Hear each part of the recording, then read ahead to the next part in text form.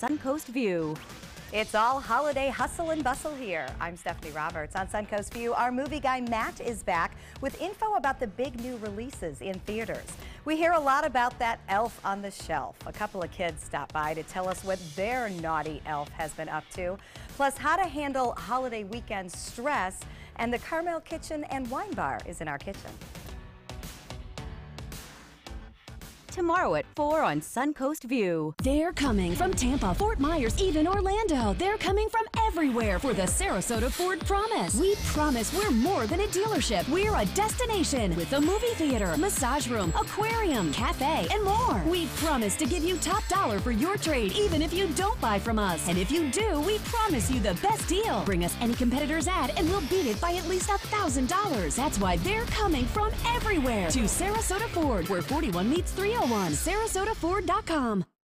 Attention type 2 diabetics. The FDA warns of an increased risk of amputation associated with certain diabetes medications. If you took the diabetes medications Invokana or Invokamet and then suffered an amputation or one of these other serious injuries, call the Rely On Group right now. If you've suffered amputation or any of these injuries after taking your diabetes medication, call the Rely On Group today. You may be entitled to substantial financial compensation.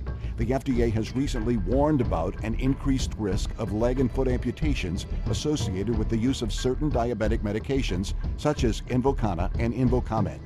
If you or a loved one took the diabetes medications Invokana or Invokamet and then suffered an amputation, ketoacidosis, kidney failure, or even death, call the Rely On Group now. We are here to help you get the justice you deserve. You may be entitled to substantial financial compensation. Call 800-355-8205. That's 800-355-8205. Happy holidays from ABC 7, your Suncoast News.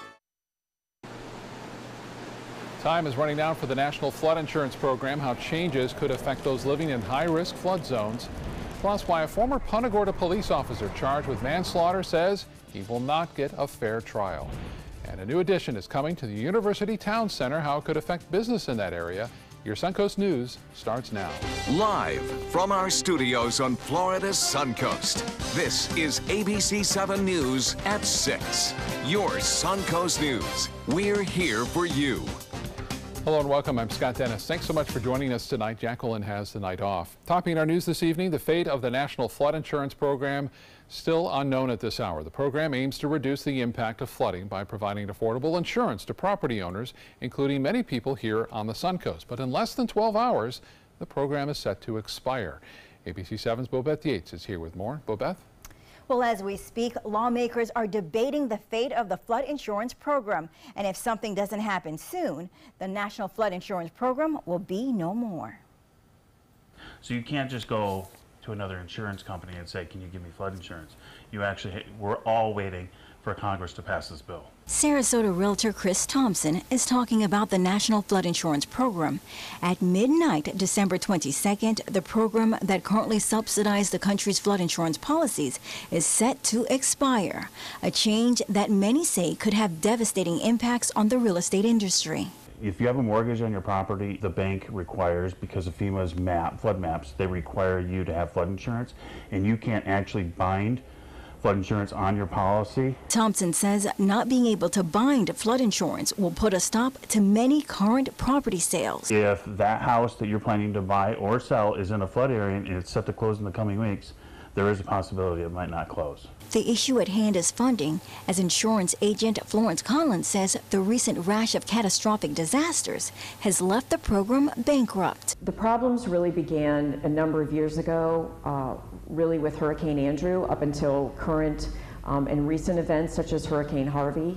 With such detrimental and catastrophic flood losses, the program has just been stripped of all of its funds in trying to recover from these events.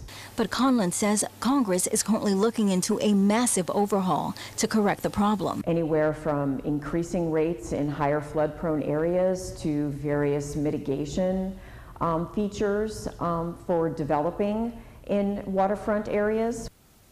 Again, so far, lawmakers have not voted on the matter, but if new policies or changes to policies made by Thursday 5 p.m.